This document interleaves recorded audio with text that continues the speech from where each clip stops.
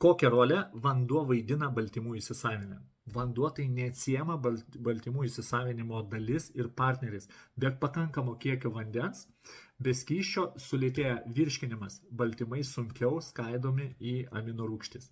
Toliau, apsunkinamas azoto šalinimas. Baltymų skaidimo metu susidaro azotas, kurį organizmas pašalina tik per šlapimą. Tam būtinas vanduo. Didėja dehidratacijos rizika. Ypač vartojant daug baltymų, nes organizmas naudoja daugiau skysčių juos apdorojant. Trečias ir dar vienas labai svarbus dalykas – mažėja efektyvumas. Ką tai reiškia? Net kokybiški baltymai nebus pilnai įsisavinti, jei trūksta vandens. Todėl rekomenduoju gerti pakankamą kiekį vandens, ypač jei mityboje gausų baltymų ir vartojami maisto papildai. Tai užtikrina, kad baltymai ne tik pasiektų organizmą, bet ir būtų tinkamai panaudoti. Todėl 30 ml kiekis vienam kūno masės kilogramui tikrai nėra išsigalvojimas.